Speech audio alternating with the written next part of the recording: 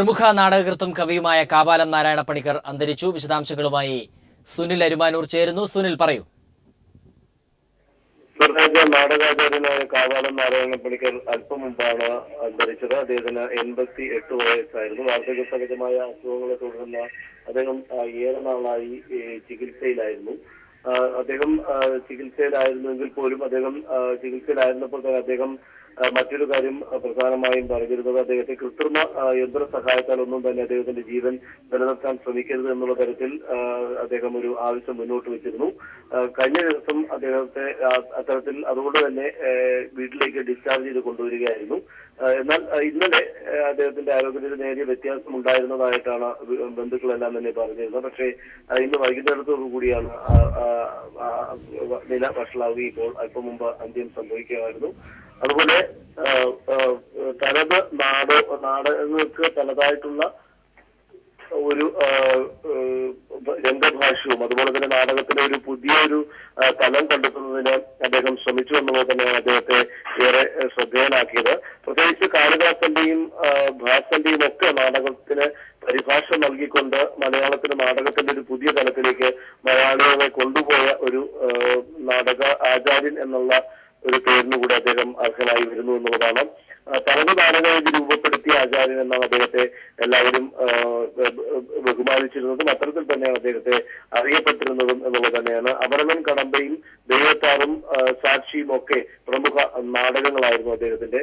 അദ്ദേഹം നാടകത്തിന് മറ്റൊരു രംഗഭാഷ്യം നൽകുന്നതോടൊപ്പം തന്നെ പുതിയൊരു തലത്തിലേക്ക് നാടകങ്ങളെ കൊണ്ടുപോകുന്നതിന് അദ്ദേഹത്തിന്റെ ശ്രമം ഏറ്റവും ശ്രദ്ധേയമാണ്. അവസാനം കർണഭാരം എന്നുള്ള നാടകം അരങ്ങിലെത്തിച്ചുകൊണ്ട് അദ്ദേഹം കൂടുതൽ ശ്രദ്ധേയമായിരുന്ന ഒരു കാലം ഉണ്ടായിരുന്നു. ഏറ്റവും അവസാന ഘട്ടത്തിൽ പോലും അദ്ദേഹത്തിന്റെ ആരോഗ്യനില പൂർണ്ണമായും മോശമാകുന്ന ഒരു സാഹചര്യത്തിന് മുൻപ് വരെ അദ്ദേഹത്തിന്റെ മേഖലയിൽ സജീവമായ ഒരു അല്ലെങ്കിൽ സജീവമായ രീതിയിൽ നിന്നു എന്നുള്ളതാണ്. കാവാലം ശ്രീകുമാറാണ് മകൻ. അദ്ദേഹം ഗായകനാണ്. അതുപോലെ കാവാലം നാരായണ പണിക്കർ സിനിമയ്ക്ക് വേണ്ടിയും ഗാനങ്ങൾ രചിച്ചിട്ടുണ്ട് എന്നുള്ളതും ഈ ഒരു അവസരത്തിൽ നമുക്ക് അനുസ്മരിക്കേണ്ടതാണ്.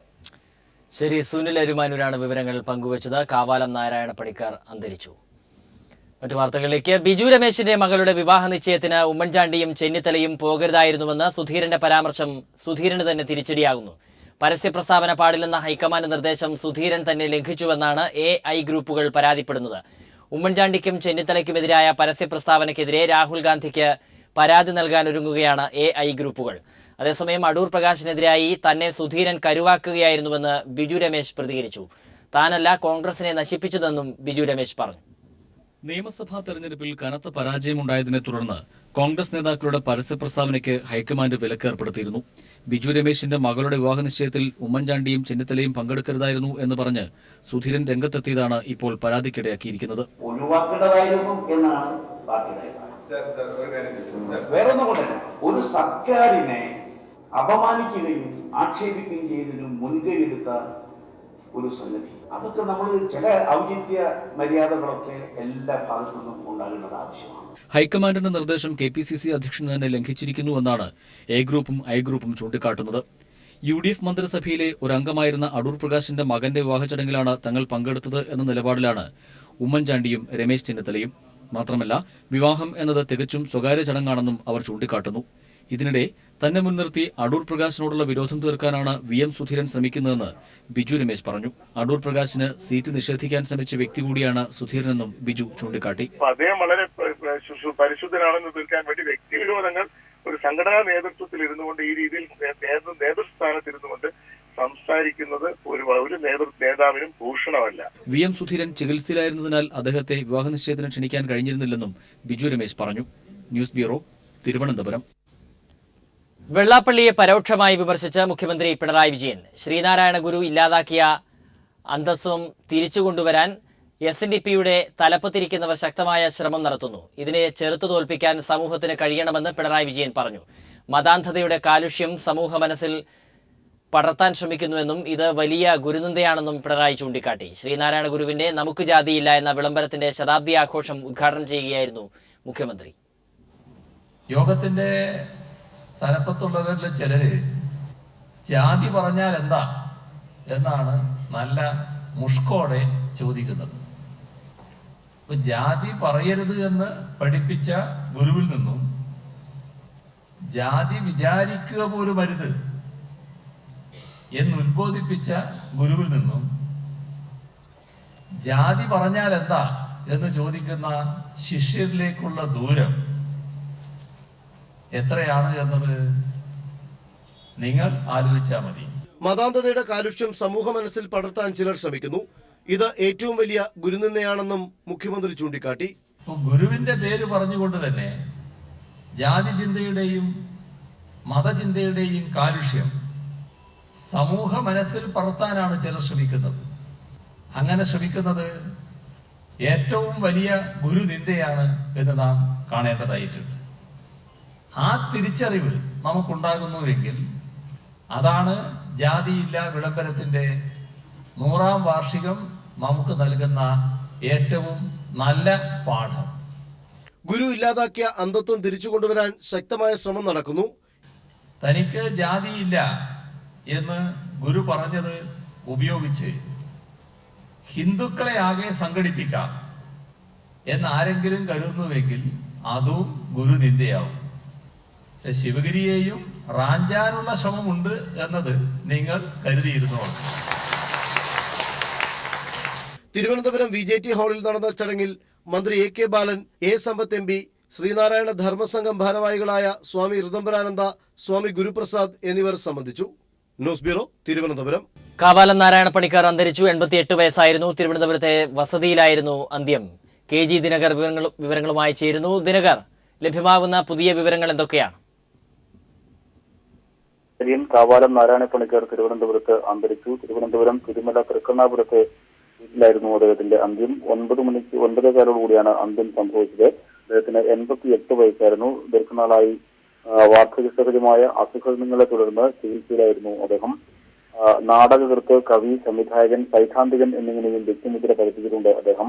കേരള സംഗീത നാടക അക്കാദമിയുടെ അധ്യക്ഷനായും സേവനമനുഷ്ഠിച്ചിട്ടുണ്ട് കാവാലം നാരായണ പണിക്കർ. 1975 കേരള സാഹിത്യ അക്കാദമി പുരസ്കാരം നാടകചക്രം എന്ന കൃതിക്ക് ലഭിക്കുകയുണ്ടായി. 2007 പത്മഭൂഷൺ പുരസ്കാരം നൽകി അദ്ദേഹത്തെ ആദരിച്ചു. 2009 വള്ളത്തോൾ പുരസ്കാരവും അദ്ദേഹത്തിന് ലഭിച്ചിട്ടുണ്ട്. നിറപ്പൊലിമയോടുകൂടിയ രംഗചലനങ്ങളോടും താളാത്മകമായ ചൂടുവെപ്പുകളോടും കൂടി പാരമ്പര്യ നാടകവേദികളിൽ നിന്നും വ്യതിചലിച്ച് തുറസായ സ്ഥലത്ത് പോലും അവതരിപ്പിക്കപ്പെടുന്ന കാവാലത്തിന്റെ ശൈലി ഏറെ പ്രേക്ഷകരുടെ മനം കവർന്നിരുന്നു. തികച്ചും ശൈലീകൃതമായ രംഗാവതരണ രീതി കേരളത്തിൽ വേരുവയ്ക്കുന്നത് കാവാലത്തിന്റെ നാടകാവതരണങ്ങളിലൂടെയായിരുന്നു.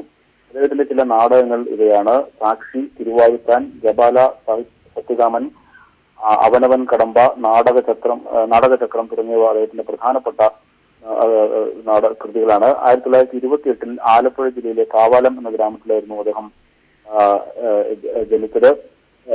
നിരവധി പുരസ്കാരങ്ങളും അദ്ദേഹത്തെ തേടി എത്തിയിട്ടുണ്ട്. നാടക രംഗത്തിന് വലിയ തീരാനഷ്ടമായി തീരുകയാണ് അദ്ദേഹത്തിന്റെ വിയോഗം.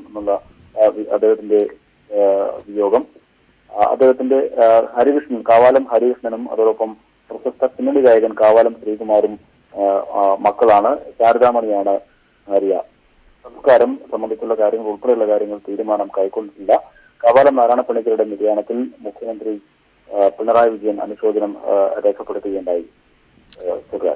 ശരി, KG ദിനകറാണ് വിവരങ്ങൾ പങ്കുവച്ചത്. കാവാലം നാരായണ പണിക്കർ ഓർമ്മയായതോടെ നഷ്ടമായത് മലയാള നാടക പ്രസ്ഥാനത്തിന്റെ കുലപതിയെയാണ്. അദ്ദേഹത്തിന്റെ ജീവിതരേഖയിലേക്ക്.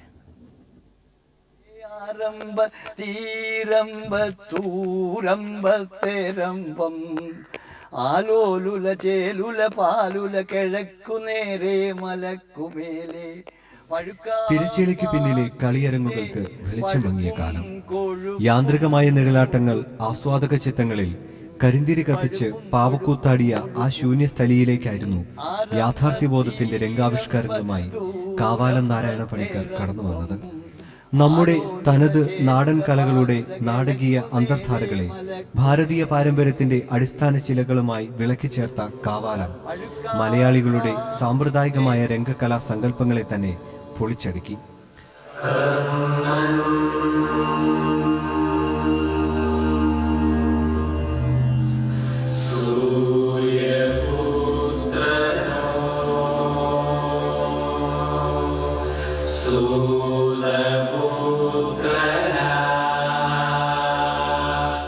അവനവൻ കടമ്പയും കരിങ്കുട്ടിയും തിരുവാഴിത്താനുമെല്ലാം ആ പരിവർത്തന ദശയുടെ പ്രതിബിംബങ്ങളായി.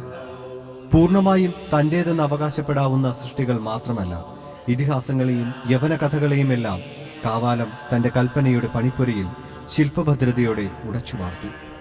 സംസ്കൃത നാടകങ്ങൾക്ക് കേരളത്തിൽ സ്വന്തമായൊരു വേദിയൊരുക്കിയ അദ്ദേഹം അവയെ വിശ്വനാടകവേദിയുടെ ദൃശ്യസമ്പന്നതയിലേക്ക് ആനയിച്ചു.